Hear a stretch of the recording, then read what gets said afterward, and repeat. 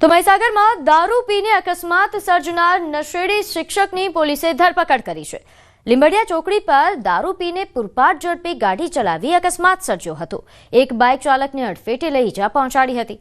બાદમાં બાજુની દુકાનમાં ગાડી ઘૂસી ગઈ। નશેડી કાર ચાલકે દુકાનને પણ નુકસાન પહોંચાડ્યું। લોકોએ શિક્ષકને કારમાંથી બહાર કાઢી મેથી પાક ચખાડ્યો હતો। શિક્ષક ચિક્કાર પીધેલી હાલતમાં હતો।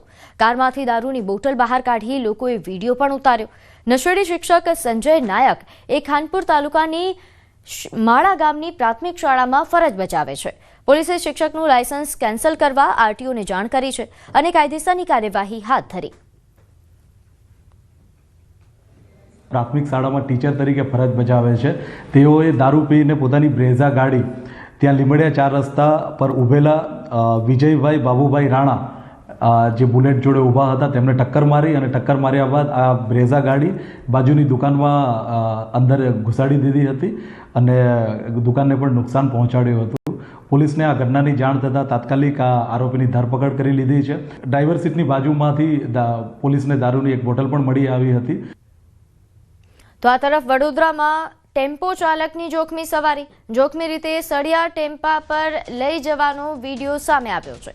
રોડ પર સળિયા ઢસડતા દેખાઈ રહ્યા છે અને તે રીતે ટેમ્પો ચલાવ્યો। કારેલીબાગ પાસેનો આ વિડીયો કે જે વાયરલ થઈ રહ્યો છે। સળિયા રોડ પર ઢસડાતા આગના તણખા નીકળી રહ્યા છે। સળિયા ટેમ્પોની બહાર રહેતા અકસ્માતનો પણ ભય છે। તો આ પ્રકારે જોખમી સવારીનો આ વિડીયો સામે આવ્યો છે।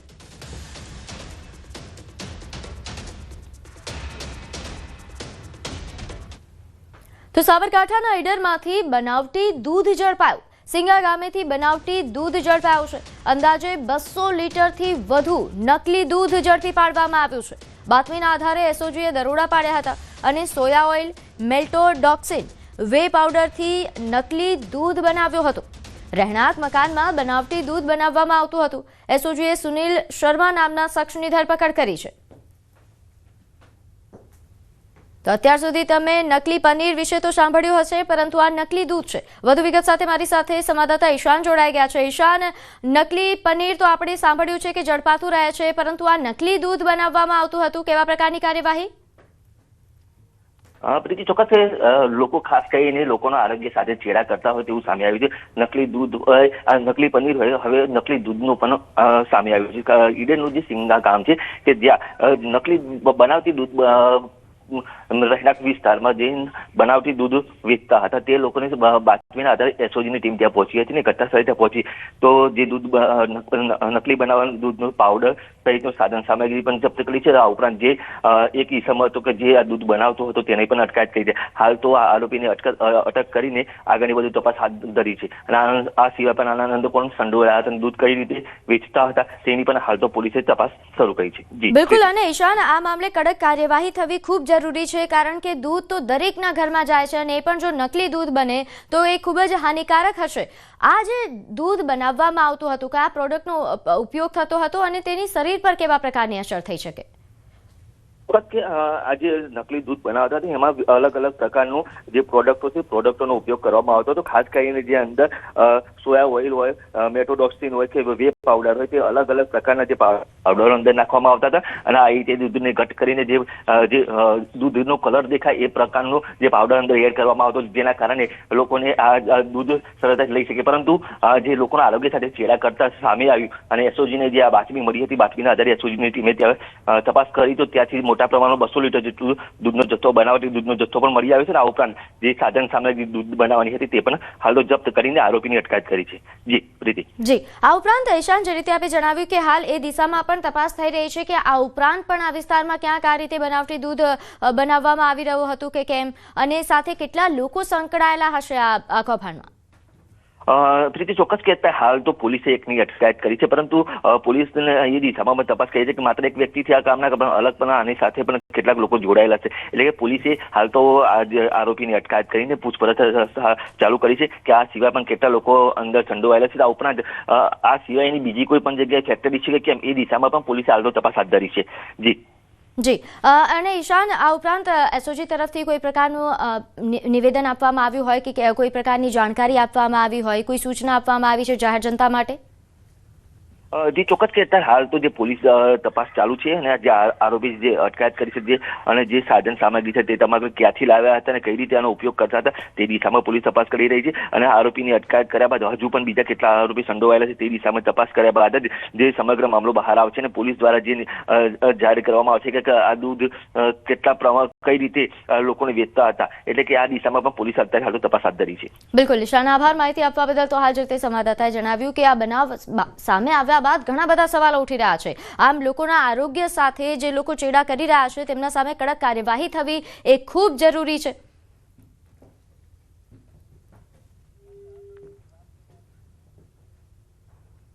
આગળ વાત કરીએ રાજ્ય સરકારની 12મી ચિંતન શિબિરનો આજે છેલ્લો દિવસ. ચિંતન શિબિરમાં મુખ્યમંત્રી ભૂપેન્દ્ર પટેલ સહિત નાયબ મુખ્યમંત્રી હર્ષ સંઘવી અને રાજ્યનું આખું મંત્રીમંડળ હાજર રહ્યું છે. ત્યારે શિબિરના બીજા દિવસે કે જ્યારે મુખ્યમંત્રીએ ધરમપુરના પ્રમુખ સ્વામી વોકેશનલ ટ્રેનિંગ સેન્ટરની મુલાકાત લીધી હતી. તાલીમાર્થી વિદ્યાર્થીઓને પદવી એનાયત કરી. રાજ્યના નાણામંત્રી કનુ દેસાઈની સાથે સ્વામિનારાયણ સંસ્થાના સંતો પણ ઉપસ્થિત રહ્યા હતા. મુખ્યમંત્રીએ પોતાના સંબોધનમાં પ્રમુખ સ્વામી મહારાજને શાંતિ, પ્રેરણા અને કરુણાના સંદેશ વાહક ગણાવ્યા.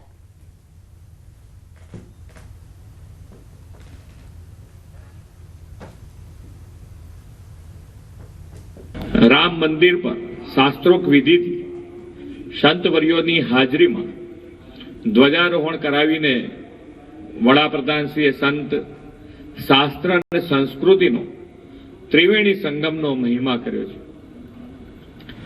પૂજ્ય પ્રમુખ સ્વામી મહારાજ પણ એવી ત્રિવેણી શાંતિ, પ્રેમ, કરુણાના સદગુણોને સંદેશ સમગ્ર વિશ્વમાં ફેલાવ્યો છે. રાજ્યના મંત્રીઓએ માણ્યો ઉંબાડિયાનો સ્વાદ. વલસાડના ધરમપુરમાં મંત્રીઓએ ઉંબાડિયા પાર્ટીમાં હાજરી આપી. નાયબ મુખ્યમંત્રી હર્ષ સંઘવી, નાણામંત્રી કનુભાઈ દેસાઈ સહિત સરકારના અન્ય મંત્રીઓએ ઉંબાડિયા પાર્ટી માણી. હર્ષ સંઘવીએ પાર્ટીમાં ઉંબાડિયું પણ પીરસ્યું હતું. વલસાડ જિલ્લાની જાણીતી વાનગી છે ઉંબાડિયું. ધરમપુરમાં ચાલી રહેલી સરકારની ચિંતન શિબિરમાં તેમના મંત્રીઓ તમામ હાજર રહ્યા હતા અને તેમના દ્વારા ઉંબાડિયું પાર્ટી કરવામાં આવી.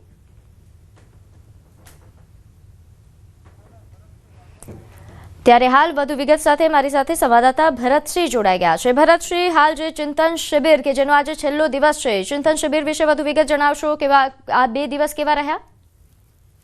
જી બિલકુલ, છેલ્લા 3 દિવસીય ચિંતન શિબિરનો આજે 3જો દિવસ છે. અંતિમ દિવસે બપોર બાદ છે સમાપન થશે, જેમાં રાજ્યના મુખ્યમંત્રી ભૂપેન્દ્રભાઈ પટેલની સાથે નાયબ મુખ્યમંત્રી હર્ષ સંઘવીની સહિત આખું પ્રધાનમંડળ છે એ પણ ઉપસ્થિત રહેશે. આપણે જણાવી દઈએ કે 27 તારીખથી આ ચિંતન શિબિરની શરૂઆત થઈ હતી. ત્યારબાદ 3 દિવસ સુધી સતત સવારથી સાંજ સુધી વિવિધ સેશનો યોજાતા, જેમાં પર્યાવરણને લગતા સાથે હરિત ઉર્જાની સાથે સામૂહિક આરોગ્ય છે, આવા અલગ અલગ વિષયો પર છે દિવસ દરમિયાન છે વિવિધ સેશનો યોજાતા, ચર્ચા થતી, ચર્ચા વિચારણા થતી અને સેમિનારો યોજાતા હતા. ગઈકાલે પણ બીજા દિવસે શરૂઆતમાં જ મંત્રીમંડળ અને અધિકારીઓએ છે યોગાભ્યાસથી જ પોતાના દિવસની શરૂઆત કરી હતી અને ત્યારબાદ દિવસભર સેશનો યોજાયા હતા, જેમાં મંત્રીઓ અને અધિકારીઓનું છે ગ્રુપ બેઠકો યોજાઈ હતી અને સાથે આજે અંતિમ દિવસે છે જે ગ્રુપો 5 ગ્રુપોમાં જે ચર્ચા વિચારણા થઈ હતી તેનું પ્રેઝન્ટેશન અને આખરી છે એ ચર્ચા યોજાશે. આમ 3 દિવસ સુધી ચાલનારી આ ચિંતન શિબિરમાં ખુદ મુખ્યમંત્રી ભૂપેન્દ્રભાઈ પટેલની સાથે નાયબ મુખ્યમંત્રી હર્ષ સંઘવી અને સરકારનું આખું પ્રતિનિધિ મંડળ, મંત્રીમંડળ અને રાજ્યના છે 250 થી વધુ આઈએસ એટલે સંધિ અધિકારીઓ પણ આ ચિંતન શિબિરમાં ઉપસ્થિત રહ્યા હતા. જોકે દિવસ દરમિયાન જે વિવિધ સેશનો યોજાય છે, ત્યારબાદ સાંજના સમયે હળવાશની પળો માણવા મંત્રીઓની સાથે સાથે અધિકારીઓ પણ આ રીતના વિવિધ પ્રવૃત્તિઓમાં જોડાય છે અને ગઈકાલે રાતના જે દિવસ દરમિયાન વિવિધ સેશનોમાં હાજરી આપ્યા બાદ સાંજના સમયે સમય મળતા છે રાજ્યના મંત્રીમંડળે છે ઉંબાડિયા પાર્ટીનો સ્વાદ માણ્યો હતો. વલસાડ જિલ્લા ભાજપના મહામંત્રી મહેન્દ્ર ચૌધરી દ્વારા છે આ ઉંબાડિયા પાર્ટી યોજાઈ હતી, જેમાં રાજ્યના નાયબ મુખ્યમંત્રી હર્ષ સંઘવીની સાથે નાણામંત્રી કનુભાઈ દેસાઈ અને અન્ય પ્રધાનમંડળના જે મંત્રીઓ છે એ પણ આમાં ઉપસ્થિત રહ્યા હતા અને વલસાડની જાણીતી ઉંબાડિયા જે વાનગી છે એનો સ્વાદ માણ્યો હતો. જી આભાર માહિતી આપવા બદલ. સરદાર વલ્લભભાઈ પટેલની 150મી જન્મ જયંતિ વર્ષ નિમિત્તે યોજાતી યુનિટી માર્ચ અંતર્ગત સરદાર ગાથા કાર્યક્રમનું આયોજન કરવામાં આવ્યું. તે અંતર્ગત અહીં સેવા સાથી યુનિટી માર્ચ શહેરમાં પ્રવેશી હતી અને 2 દિવસમાં 12 કિલોમીટર ફરશે. 150 મહિલાઓ દ્વારા યુનિટી માર્ચનું સ્વાગત કરવામાં આવશે અને અહીં 12 કિલોમીટર માર્ગમાં 5 સ્થળે હેલિકોપ્ટરથી પુષ્પ વર્ષા પણ કરવામાં આવશે. હરિનગર, તાંદલજા, નવલખી તેમજ અકોટા સહિત 12 કિલોમીટર માર્ગ પર ભવ્ય સ્વાગત કરાશે. તેમજ અટલાદરા BAPS મેદાનમાં બીજેપી રાષ્ટ્રીય અધ્યક્ષ JP નડ્ડા સભા સંબોધન કરશે. કેન્દ્રીય મંત્રી પિયુષ ગોયલ પણ હાજરી આપશે.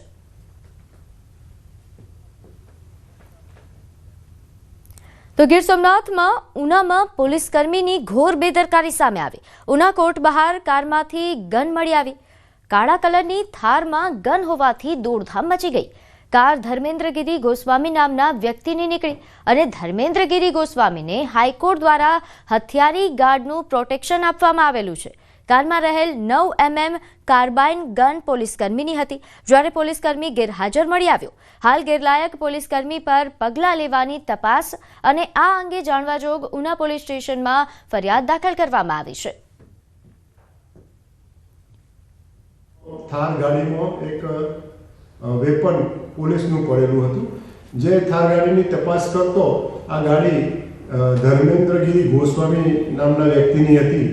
આ ધર્મેન્દ્રગીરી ગોસ્વામીને નામદાર હાઈકોર્ટના આદેશ મુજબ પોલીસ પ્રોટેક્શન આપવામાં આવેલું છે હથિયારી ગાર્ડ સાથે.